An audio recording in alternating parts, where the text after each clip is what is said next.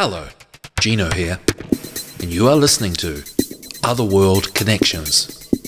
We live in a critical time where now, more than ever, angels and fairies, hidden forces, are bursting at the seams of the veil to work with us. They want to see us change in order to save the world and live in service to others. So join me on a journey to empowerment and enlightenment with an angelic angle and a fairy focus, looking into ways to improve our current situation, morality, archetypes, solutions for self-healing, and spiritual sciences in light of theosophy and other occult traditions. Hello, welcome back to Otherworld Connections. I'm your host, Gino. And so for Otherworld Connections today, we are looking at the fairy tale Rumpelstiltskin. Yes. And so, just a reminder that you can find the links to any of the resources that I reuse or refer to during the show in the description of this episode once it's published on my website, thesecretkindergarten.com.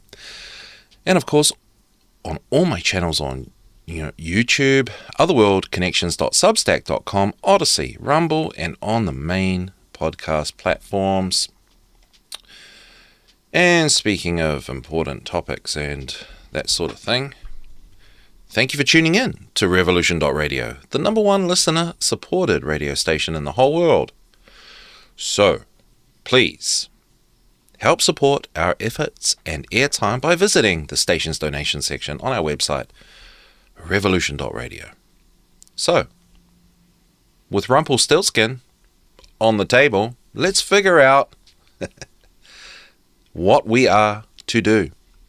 Let's figure out how to heal, how to change, how to achieve goals, and live successful lives of service by making those otherworld connections. And this is a form of self-defense. It's a form of deprogramming the victimhood that has been put into our minds. That's what Otherworld Connections is all about. And with a gateway to that, we are looking at the fairy tale Rumpelstiltskin. I'm going to get out my big, fat Brothers Grimm book, and we're going to read Rumpelstiltskin. So here we go, let's get on with it at 5 minutes past the hour. Once upon a time, there was a miller who was poor, but he had a beautiful daughter. Now, it happened that he was talking with the king one time, and in order to make himself seem important, he said to the king, "I have a daughter who can spin straw into gold." That is an art that pleases me," the king replied. "If your daughter is as talented as you say, then bring her to my castle tomorrow, and I will put her to a test." When the maiden was brought to him, he led her into a room that was filled with straw. There he gave her a spinning wheel and spindle and said, "Now get to work. If you don't spin this straw into gold by morning, then you must die." Then he locked the door himself, and she remained inside all alone. The miller's poor daughter sat there feeling close to her wits' end, for she knew nothing about spinning straw into gold, and her fear grew greater and greater. When she began to weep, the door suddenly opened, and a little man entered. "Good evening, Mistress Miller. Why are you weeping so?"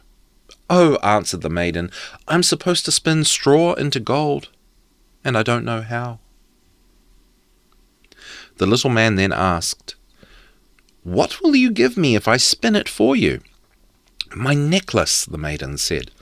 The little man took the necklace and sat down at the wheel, and whiz, whiz, whiz, 3 times round the spool was full. Then he inserted another one, and whiz, whiz, whiz, the second was full, and so it went until morning, when all the straw was spun and all the spools were filled with gold.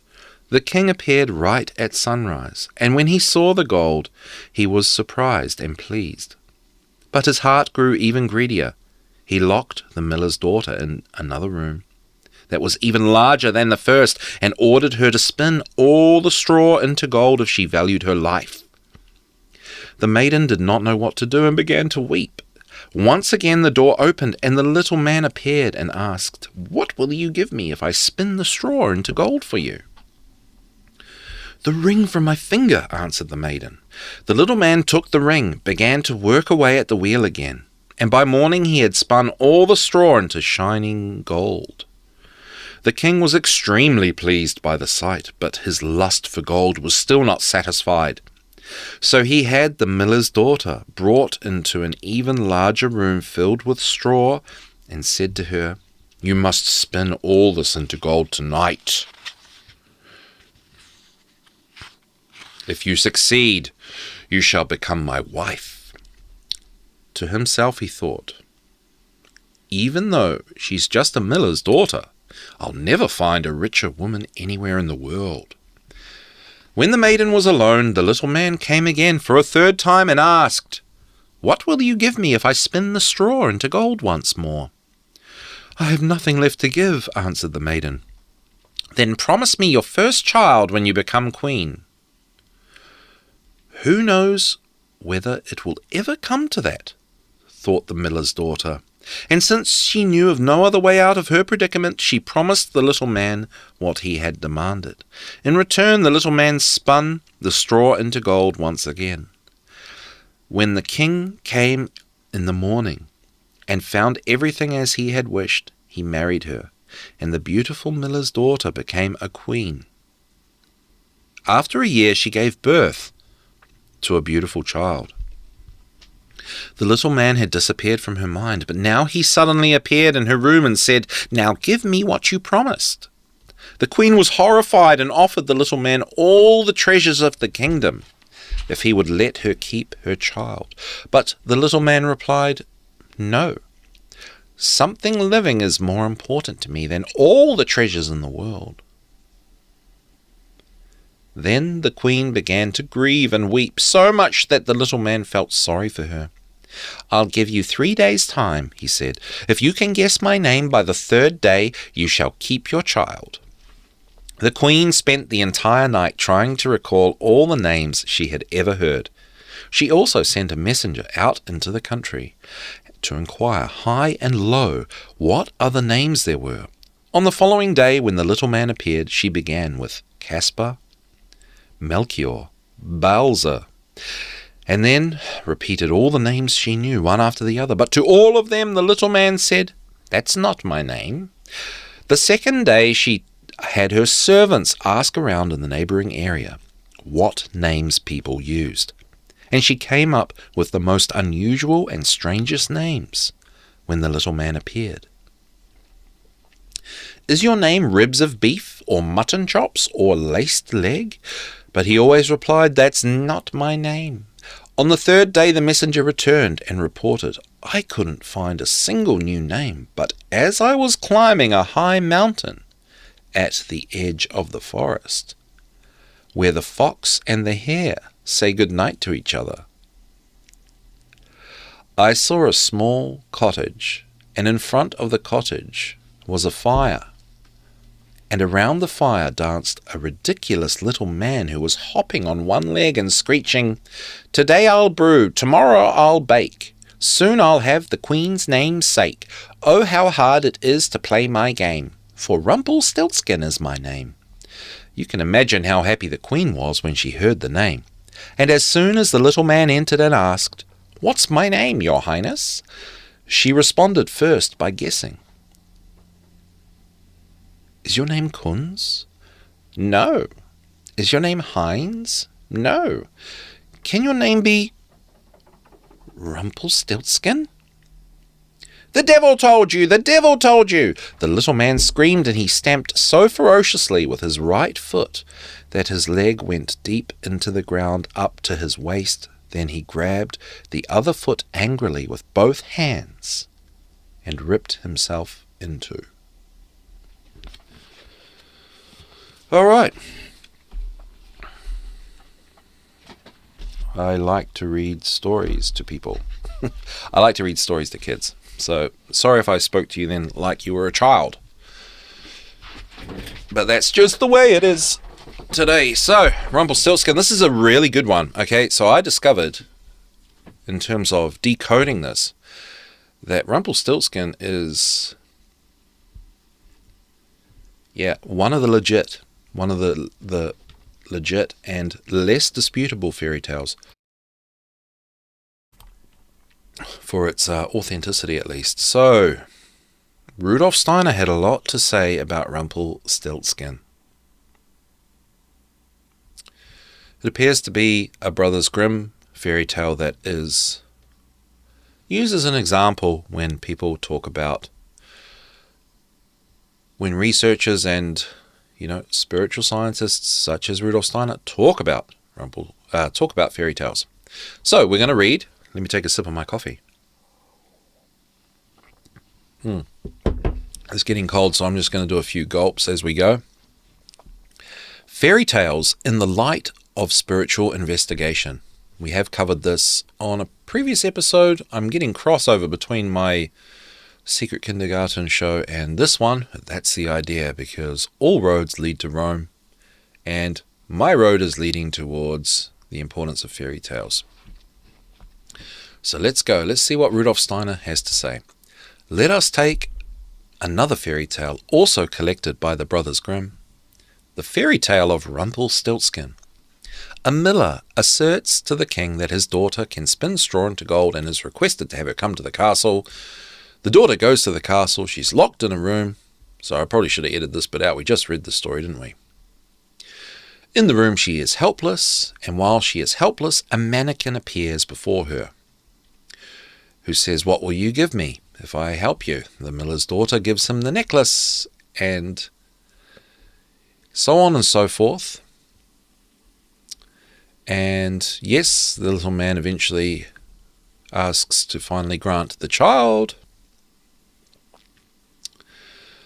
And yes, so he tells the Rumpelstiltskin story. Okay, let's just move forward. I don't want to bore you to death. With really no work of art other than fairy tales does one have such a sense of joy over the immediate picture presented, while yet knowing of the profound inner soul experience out of which the fairy tale is born. Though the comparison may be trivial, it is perhaps still apt, just as a person can be aware of the chemistry of food and still find a bite to eat flavorful. So it is possible to know something of the profound inner experiences of soul that are only experienced, not known, and that come to expression in fairy tale pictures in the manner indicated. In fact, unknowingly, the solitary human soul, it is after all alone with itself during sleep, as also in the rest of life, even when united with the body, feels and experiences, albeit unconsciously, the whole disparate relation in which it finds itself in regard to its own immense tasks, its place within the divine order of the world. Life is big and scary, right? Even more so for the soul. The human soul does indeed feel how little it is capable of in comparing its ability with what external nature can do, in transforming one thing to another. Nature is really a great magician, such as the human soul itself would like to be. In conscious life it may light-heartedly look past this gulf between the human soul and the wise omniscience and omnipotence of the spirit of nature. But at deeper levels of soul experience, the matter is not done away with so easily. There, the human soul would necessarily go to rack and ruin, if it were not after all to feel within it a more profound being inside the initially perceptible one, a being it can rely on, of which it can say to itself, As imperfect as you now still are, this being within you is cleverer. It is at work within you. It can carry you to the point of attaining the greatest skill. It can grant you wings, enabling you to see an endless perspective spread out before you.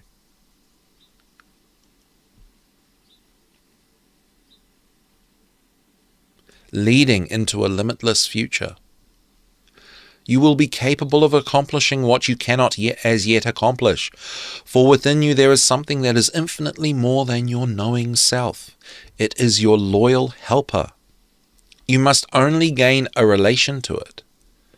You have really only to be able to form a conception of this cleverer, wiser, more skillful being than you yourself are residing within you. In calling to mind this discourse of the human soul with itself, this unconscious discourse with the more adroit part, I think you say adroit, right? Part of the soul we may feel reverberating in this fairy tale of Rumpelstiltskin. What the soul experiences in the miller's daughter who cannot spin straw into gold, but finds in the little man a skillful, loyal helper. There, deep in the substrata of the soul, in pictures, the distinctive aura of which is not destroyed through knowing their origin, the profound inner life of soul is given. Okay.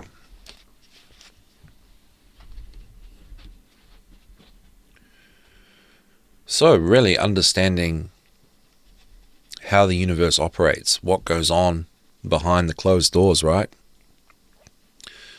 is of great help. And yeah, imagine if knowing that you did have a helper, that would give you hope in dark times, right? And it is true. And then knowing it is true. So there's one point already. Well, that is the main point of Rumpelstiltskin, and the reason why it should be read to young children. And that's why it needs to be brought back. And if you're reading it knowing that is the case, that's a double whammy. That's extra potency into the story, embedding the promoting and affirming the innate understanding of how the universe works inside the mind and soul of the young human being. That's how it works, and that's why I'm covering this stuff. Okay, Rudolf Steiner on helpers. Okay, so I had to look into this helper thing because my first thought, which the listener, my buddy Inika, pointed out, that I mentioned a guardian angel.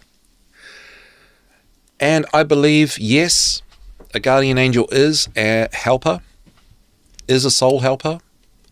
Is Rudolf Steiner speaking specifically of the guardian angel here? Not so sure, because it's not just guardian angels that want to help us, or our guardian angel that wants to help us, but I think it can be applied here. So anyway, let's explore what Rudolf Steiner has to say on the term, on what a helper is. So I found this from his, it's a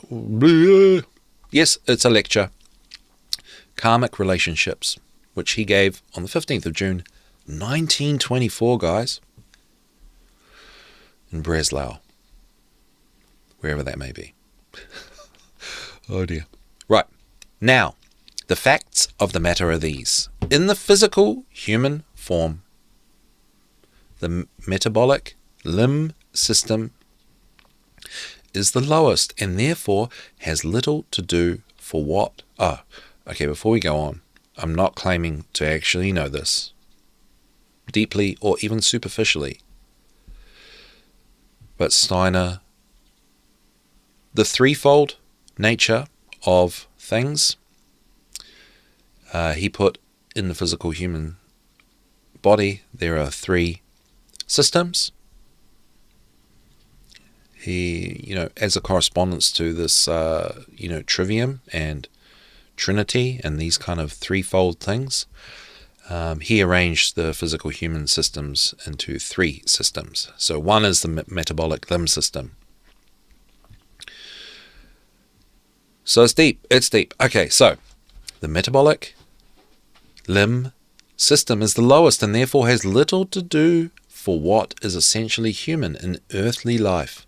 But it is connected in this earthly life with the beings of the highest hierarchy, the thrones, the cherubim, the seraphim.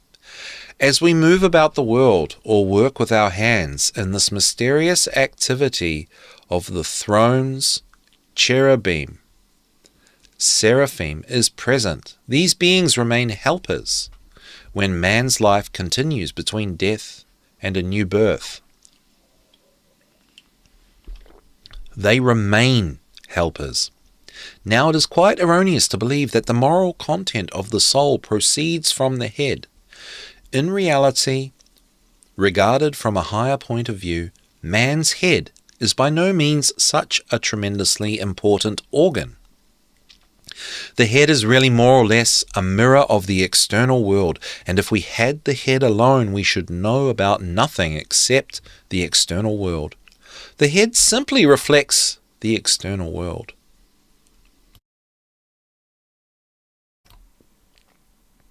The experiences of the head are mirrorings, reflections of the external world. Our inner moral impulses do not proceed from the head, but from the region of the metabolic limb system. Not, however, from the physical system, but from its constitution of soul and spirit, wherein thrones and cherubim and seraphim are living. So, angels live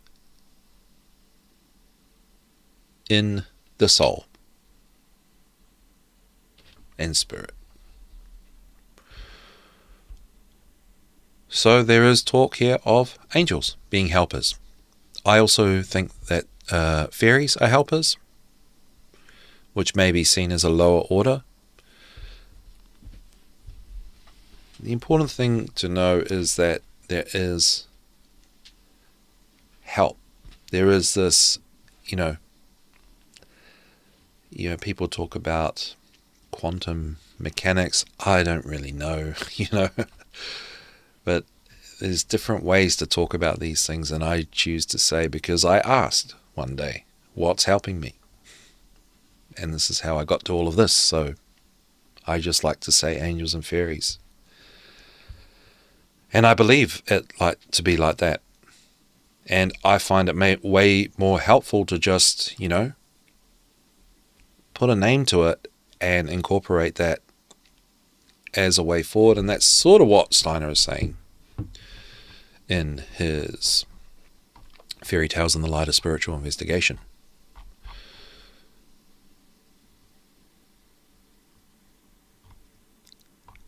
Okay. Blah, blah, blah, blah, blah. Let's go back to Steiner on Rumpelstiltskin. I found this from his article, 1913, The Poetry and Meaning of Fairy Tales.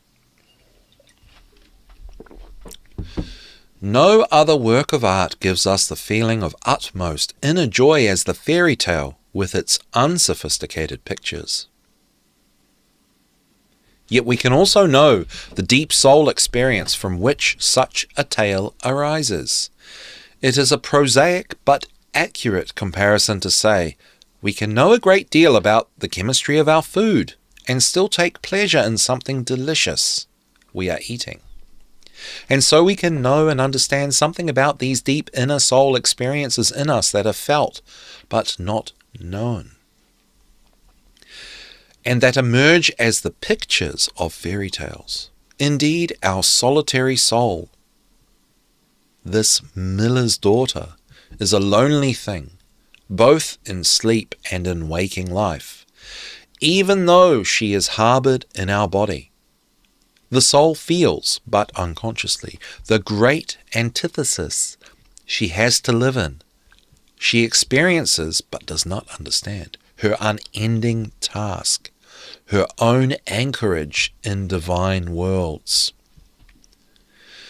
The soul will always be aware of other insignificant abilities in comparison to those of outside nature. Nature is the mighty enchantress who can transform one thing into another in a trice, something the soul would like to be and do.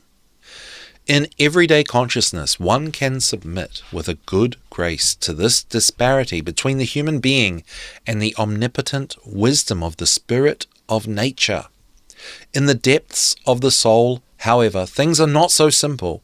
The soul would certainly come to grief if she did not surmise that within her own conscious being, a still deeper being is present. Something she can trust. Something she might be able to describe like this. You, soul, are still at such an imperfect stage, but there is something in you, another entity who is far more clever than you, who can help you to accomplish the most difficult tasks and give you wings and rise up and look over wide perspectives into an infinite future.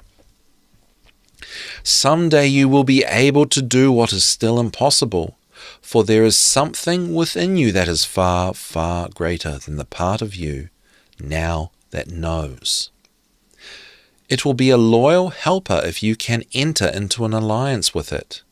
But you must truly be able to form a concept of this creature who lives within you and is so much wiser, cleverer, more skillful than you are yourself. When you try to imagine this conversation of the soul with itself, an unconscious conversation with the more capable part of the soul, you can then try to catch this nuance. In the Rumpelstiltskin fairy tale, what the miller's daughter had to experience in not being able to spin straw into gold and then finding a loyal helper in the little mannequin, it is impossible to blow away the fragrance of those pictures, even when we know their origin deep down in our soul life. So this makes me think of this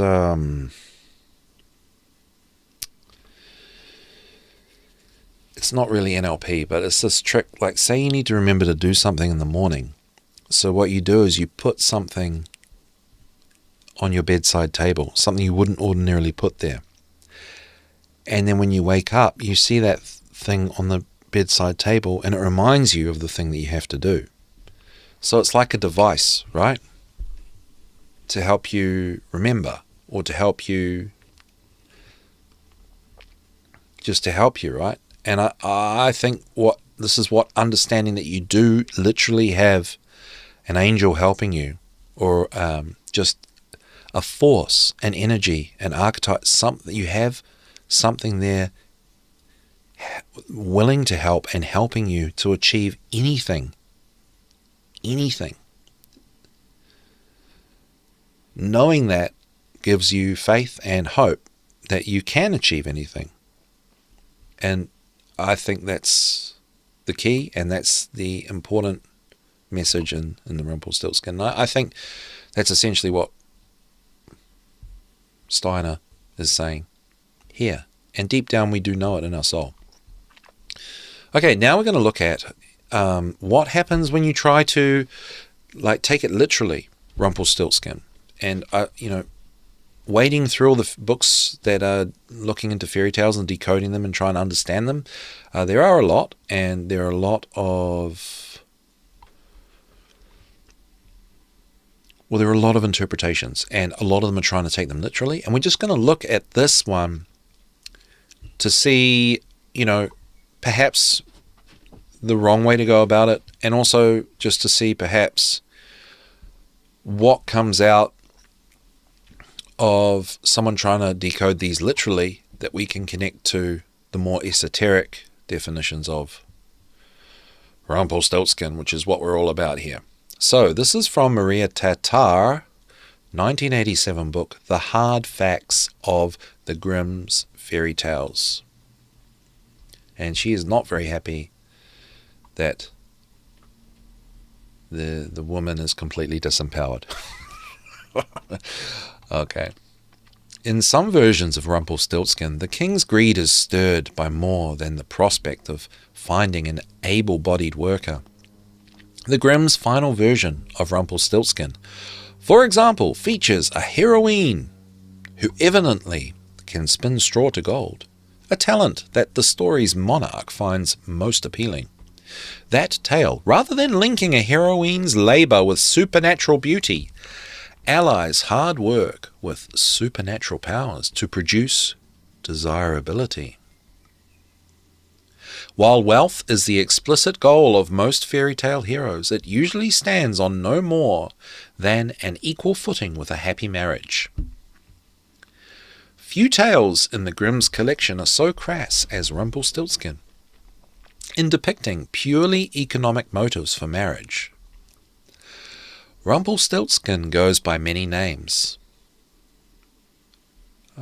Titelichur, Doppelturk, Perzinigel, Batsibitzeli, Panzimanzi, and Whoopity-Stoorie are just a few of his sobriquets. I don't know what a sobriquet is, but it's obviously, analogues to the story, right? Whether he makes an appearance as Ricdin Ricdon in a French tale or as Tom Tit Tot in an English tale, his essence and function remain much the same. Not so with the heroine. And we know because the heroine in this is symbolic of the soul, or perhaps the life or the life journey. But we're going to come to that. Although she is almost always a young girl of humble origins, her other attributes and abilities change dramatically from one tale to the next. The challenges to which she must rise also vary from tale to tale.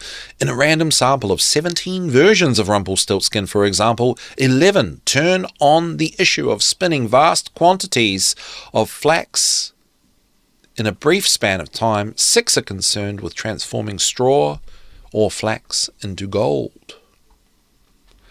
Let us begin by looking at tales that demand fulfillment of quantitatively impossible tasks, spinning heaps upon heaps of flax. The heroines of these stories find themselves in a fix because a foxy parent is determined to get rid of a daughter who is old enough to marry. What quicker way to find a bridegroom, these tales imply, than to advertise a girl's diligence as a spinner? Indeed, diligence alone seems to make the heroine not just desirable, but virtually irresistible. The local monarch is invariably persuaded to marry a young woman who in reality is hopelessly lazy and often gluttonous to boot. In Italy, she devours 7 pots of noodles. In England, she polishes off 7 dishes of pudding, and in Russia, she bolts down 7 loaves of bread. A few of the heroines in tales pertaining to flax spinning start out as hard workers whose parents, for one reason or another, are anxious to disencumber themselves of a daughter. In such cases, the cast of fairy tale characters is rapidly reshuffled to yield a diligent daughter, an unnaturally hostile mother, and a relentlessly demanding mother-in-law as replacements for the lazy daughter, deceitful parent, and gullible king. Still, the plot line remains intact. No matter how capable the understudy for the lazy heroine, she too shudders at the unending bundles of flax hauled into the palace by her prospective mother-in-law. In the end, she is also obliged to enlist the services of a Rumpelstiltskin to appease a regal figure. Lazy or diligent, the protagonist finds herself trapped in a perilous situation, one that requires her to resort to trickery and deceit in order to deliver on the promises made by a parent and to escape the sure death that awaits her if she cannot make good on those promises. A second set of tales recounts the trials of a young girl, usually a miller's daughter, whose father boasts that his daughter can transform straw to gold. Here the heroine faces a task that requires more than her Herculean effort. Nothing short of magic can save her from this predicament. Nonetheless, The constellation of characters is the same as in the first set of tales. Only here, the attribute associated with the daughter has shifted from laziness to beauty, and the parental lie has been reformulated. The daughter is said to have supernatural powers rather than superhuman ones. Of the several versions of Rumpelstiltskin recorded in draft forms for the nursery and household tales, one deviates from this norm by narrating the fortunes of a young girl cursed with the gift of spinning flax to gold. The text is brief, with only a few broad strokes used to establish the grounds for making a pact. A little girl was given a knot of flax to spin, but ended up spinning threads of gold. Not a single flaxen thread did she pull from her wheel. She was so sad that she went up to the roof where she spent 3 days spinning. There's that number 3 again. Still there was nothing but gold. Then a little man came along. I'll help you out of your plight. A young prince will come by and marry you, but you must promise me your firstborn child. This tale, unlike its more cynical and psychologically realistic counterparts, is not built on logical premises. It gives us nothing more than an outline of the most fundamental fairy tale situation. Helplessness, deliverance. Once the girl reaches the point of desperation, 3 days are always sufficient to test a fairy tale figure's strength. Help is at hand. The details of plot are inconsequential. They simply flesh out the basic situation. And, she's right. She is right here. But there's a reason for that, because of, the esoteric, the deeper meaning of the story. I think the details of the plot are supposed to be inconsequential, but it's quite amazing. We're going to discover that this lady is right, taking things at face value. The lady is, feminist, neo-feminist, feminazi, whatever, or not. That woman is treated like S-H-I-T, right? The maiden. She's treated terribly. It's so bad. But the solution or the solution to that is inside the story too. This is what I think is amazing about fairy tales. We'll get to that. We've kind of already got to it, right? That there is help. So your situation, your dire circumstances, you can still achieve anything. You can pull yourself out of that. You can be hopeful that there is help. Literally. So you can do anything. It doesn't make it okay that bad things happen to you. But nonetheless, you can pull yourself out of that quagmire. No matter what the quagmire is, you can do it. So, the prelude to this is, we're reading The Hard Facts of the Grimm's Fairy Tales by Maria Tatar. She's got a little bit of a chippity chip on her shoulder, and that's okay, because it's helping us to understand what's going on in Rumpelstiltskin. The prelude to Rumpelstiltskin can take 2 basic forms. When it operates with the opposition, lazy, diligent, it shifts into the comic mode of the folk tale, indulging in irreverent humour, often at the expense of the tale's monarchs. Here, the story's primary aim is to engineer a marriage between the heroine and her social and economic superior, and that goal is accomplished through trickery and deceit. The mother who boasts that her daughter can spin 5 skeins a day, when in reality her sole achievement consists in having devoured 5 pies at a sitting, has something of the shrewdness associated with the brave little tailor, who prides himself on having dispatched 7 at one blow. But while the mother is obliged to advertise her daughter's capacity for hard work in order to arrange a fairy tale marriage for a folk tale heroine, the tailor attains his social promotion by broadcasting his brawn and using his brains.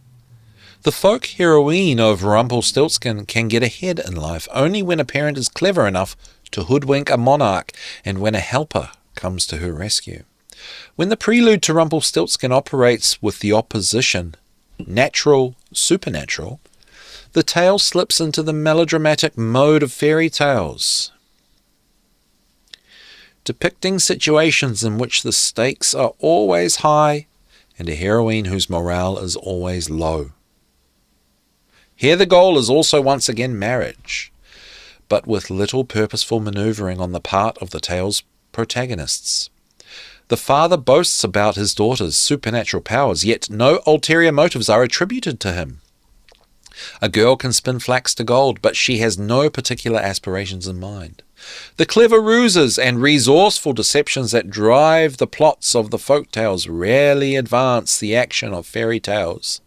Still, both the folktale and fairy tale versions of Rumpelstiltskin rest on the premise that a daughter who produces wealth, whether her own labour or through magical means, is a girl who can make a good marriage. Yes. At face value, yes. And that is not cool. To a certain extent. But there's a reason that the story plays out like this.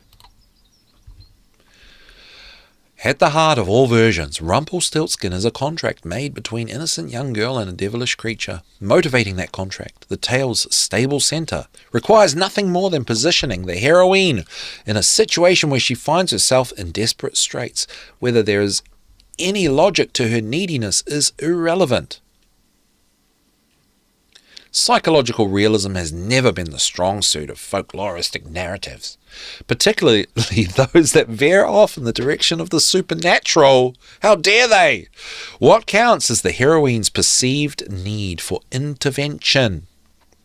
That need, no matter what form it takes, elicits a helper. Thank God. The industrious and gifted heroines in this tale type do not take long to recognize the impossibility of the task facing them and consequently throw up their hands in despair or burst into tears.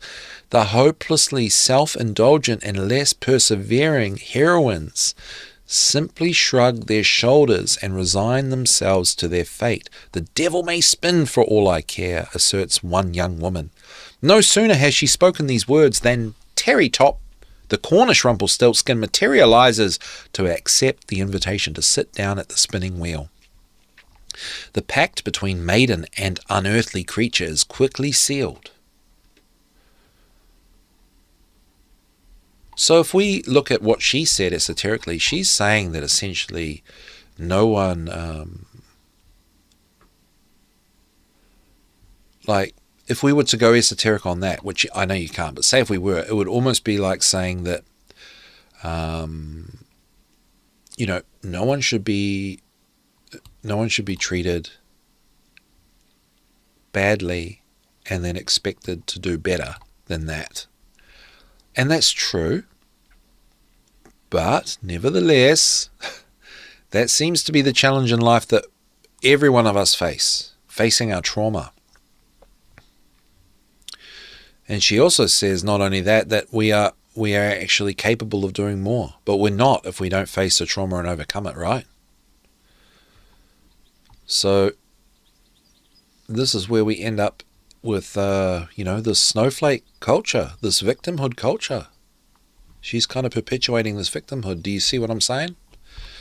Well, that's what I'm picking up anyway, but the important thing here is the point that she makes that, once the girl reaches the point of desperation, help is at hand. The details of the plot, they simply flesh out the basic situation. That stood out because, that's kind of the premise of the story, that there is help at hand. And that's important for kids to know. And symbols are alive. Symbols, the meaning of everything as a symbol, the deeper esoteric meaning is encoded in every person. And that's why these stories are important to read to kids, because they take on the deeper meaning. They're not taking these literally. And this is the thing with a lot of these books that I've been reading, is that, okay, a lot of them take issue with this sort of, I guess they probably call it patriarchal, right? This, this downtrodden woman thing, when the maiden symbolizes something else. that they're taking it at face value. And not only that, these people are totally discounting the children. They're totally discounting the children, and they're not even considering how the children perceive it. They're assuming that the children are like adults and they're reading it, and that the parent is saying to them, this is how it is. If you're a girl, if you're reading this to a girl, these people are taking it from the point of view that a child is going to be receiving this literally, and then assuming, oh, I deserve to be treated like badly, and I deserve to be discounted and degraded, and that I'm not capable of anything more than just getting married to some domineering man. That is absolutely not what's happening here. And we need to be, it is actually an act of courage to even read. Imagine reading this. Imagine reading this in an early learning center. You're not allowed. You're just not allowed. And not even not allowed. It's just not conceivable anymore. But these started to get thrown out the door in Victorian times, thrown out the window, because it's so degrading. But it's not. Why is it not? Well, let's keep going. Guardian angels, connecting with our spiritual guides and helpers. Rudolf Steiner. Let's have a look. Lecture number 4, reconnecting with the hierarchies. A few minutes of this, and then, hurry up, Gino. Unless we come to realize things to the point where we take up the impulses that are entering our physical world from the spiritual world. Unless we realize that just as human beings are connected through their bodily organization with the animal, plant, and mineral kingdoms, they are also connected with the hierarchies of the angels, spirits of personality as the guardians of personal development. Okay? That's the big thing to take away from what I'm reading.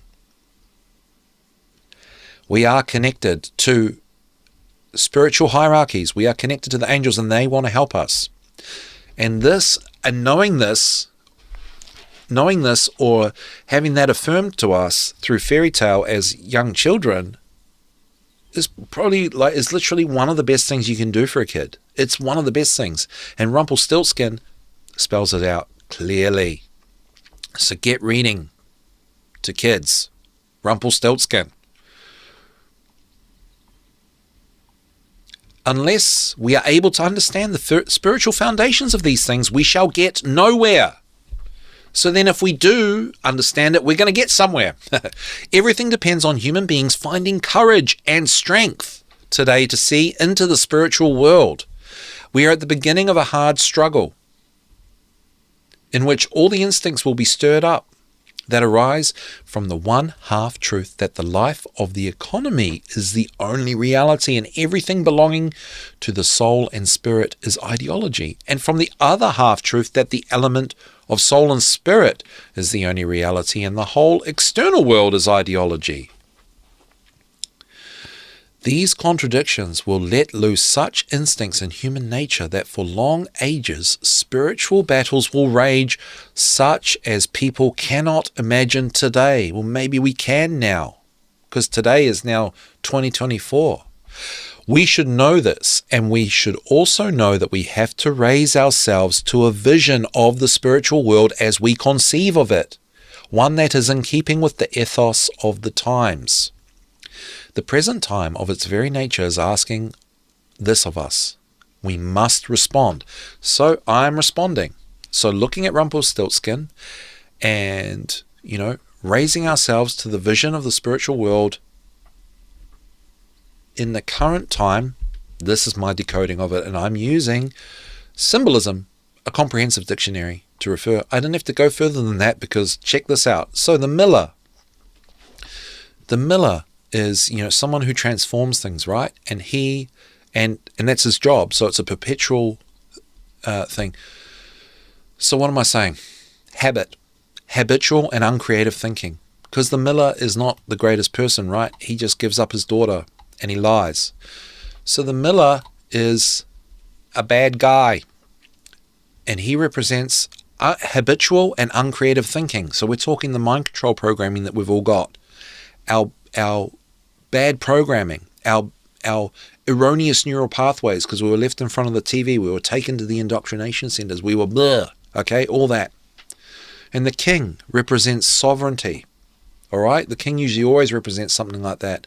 Also like a completeness, a wholeness, or transformation, a higher order, right? The maiden, the daughter, she represents making a new start, okay? And the little man, the dwarf, represents the hidden forces of nature, the unconscious. And as Steiner says, the helper, right? Because the hidden forces are there to help us if we're aware of them. And the spinning wheel represents the revolving heavens, which can be seen as sort of astronomy, right? Or just the cosmic realm, right? It's also an emblem of femininity. The necklace represents willpower. But let's go back to the maiden, new start. She has been given habitual and uncreative thinking. She's got her trauma from her bad parenting from the miller, right? And now she's been given an opportunity to make a new start.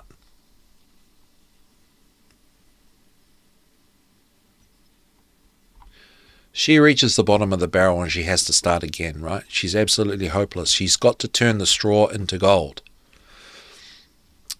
And once she is aware of this and realizes this, then the hidden forces of nature, the helper comes along. The little man comes along to help. And working with the revolving heavens, working with the cosmos, with sacred care, that emblem of femininity. And she gives the little man her necklace. So she gives her willpower. She uses with willpower and working with helpers and the heavens. And she gives up her ring. She's in a repeated cycle, continuity, a continuous job, an ongoing job of shadow work, let's say, okay? That's what it is. But she doesn't have to give up the child. The child symbolizes hope. She can give up hope if she wants, because your helpers support you no matter what you choose to do. But you can give up your child, you can give up hope, but you don't have to if you want to become sovereign in your mind and in your actions, and what you want to do and achieve and transform. So she doesn't give up hope. She works at it. She uses her willpower. She's working with the revolving heavens.